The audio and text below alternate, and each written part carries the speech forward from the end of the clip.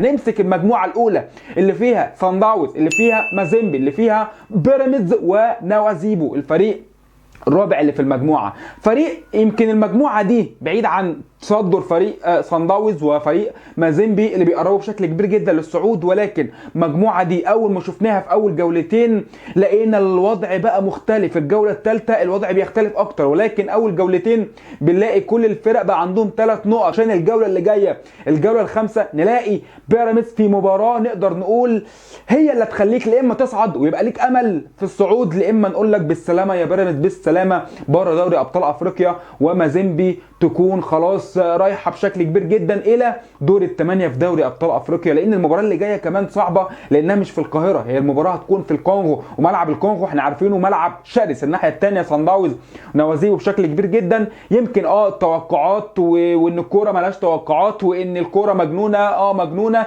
ولكن بالورقه والقلم اللي احنا شايفينه وبعد اول 4 جولات صن داونز مازيمبي هم الاقرب. اما المجموعه الثانيه بقى اللي فيها الوداد المغربي اللي بيعاني بشكل كبير جدا، واللي فيها في الصداره مين؟ فريق طبعا اسك ميموزا اللي بتتكلم في النسخه الحاليه. فريق اسك ميموزا النسخه اللي فاتت كان في الكونفدراليه عامل اداء قوي، ولكن النسخه الحاليه في دوري ابطال افريقيا بيقول انا مكمل تالقي وبتصدر مجموعه فيها فريق كبير زي فريق الوداد المغربي. الوداد المغربي في 4 جولات 4 مباريات بياخد 3 نقط بس، وبيبقى في حصالة المجموعة او في مؤخرة المجموعة ولا حول به ولا قوة. ولكن بالنسبة للمجموعة زي كده الاقرب طبعا للصعود بشكل كبير بنسبة خط 90% وفريق اسك ميموزا اللي عامل اداء رائع جدا النسخة الحالية. مين بقى اللي يصعد كتاني المجموعة؟ سيمبا، جالاكسي، والوداد المغربي. بنتمنى طبعا كل التوفيق لفريق الوداد المغربي، ولكن بنتمنى كل التوفيق والمباراة القادمة الوداد يقدر يفوز ثم يفوز المباراة الأخيرة على أمل إنه يصعد أو على أمل يوصل للنقطة 9 ويبدا يشوف بقى الدنيا يبقى فيها ايه من اجل الصعود. المجموعه الثالثه بقى اللي فيها الفرق العربيه بتخبط في بعض. فريق انجولي كده اسمه بيترو اتلتيكو، فريق بيترو اتلتيكو اللي عنده 8 نقاط وبيقول انا فوق واللي يعرف يجي، ولكن المسافه قريبه والدنيا قريبه، ولكن فريق بيترو اتلتيكو بشكل كبير هيصعد الى دور الثمانيه. هنلاقي بعد كده فريق الترجي التونسي اللي عنده 5 نقط، هنلاقي النجم الساحلي وهنلاقي الهلال السوداني الاثنين اللي عندهم 4 نقاط، والمباراه اللي جايه هنلاقي ديربي تونسي في دوري ابطال افريقيا ما بين الترجي التونسي والنجم الساحلي.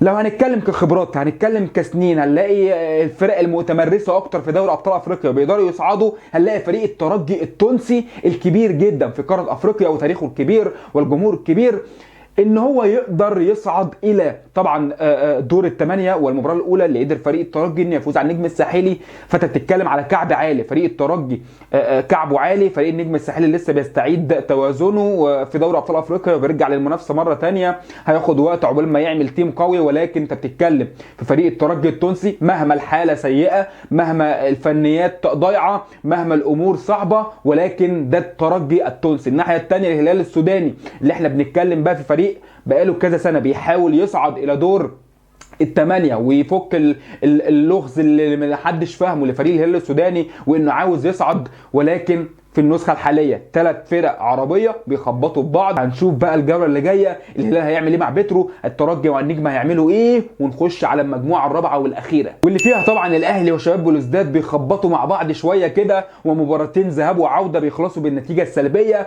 ولكن بتتكلم في مجموعه كل فريق لعب 4 مباريات، ورغم كده في الصدارة النادي الأهلي العظيم الكبير كبير قارة أفريقيا اللي عنده 6 نقاط رغم 4 مباريات. ويقول لي 6 نقاط، ف6 نقاط يبقى ازاي في الصدارة؟ هقول لك في الصدارة لأنها مجموعة كله بيتعادل مع كله بيكسب من كله قريب من كله. فهتلاقي الأهلي 6 نقاط، هتلاقي شباب بلوزداد 5 نقاط في المرتبة الثانية، هتلاقي يانج أفريكانز 5 نقاط، هتلاقي طبعا ميدياما 4 نقاط قريب برضو. ولكن الجولة اللي جاية بشكل كبير ممكن تخلينا نعرف الدنيا بقى فيها ايه، ولكن بنتمنى الأهلي وشباب بلوزداد يقدروا يصعدوا إلى دور الثمانية. الأهلي اللي في مواجهة أمام فريق ميدياما في غانا طبعا، وهتكون يمكن مواجهة صعبة شوية لأن فريق ميدياما خسر المباراه الاولى من الاهلي 3 في القاهره، ولكن بعد كده قدر يفوز على شباب بلوزداد، بيتعادل امام يانج افريكانز. بتتكلم في مباراه طبعا كانت صعبه جدا، فريق ميدياما بدا انه يفوق، بدا يدخل في الجيم، ولكن التوقف الدولي وكاس افريقيا ممكن ياثر على ده فنيا.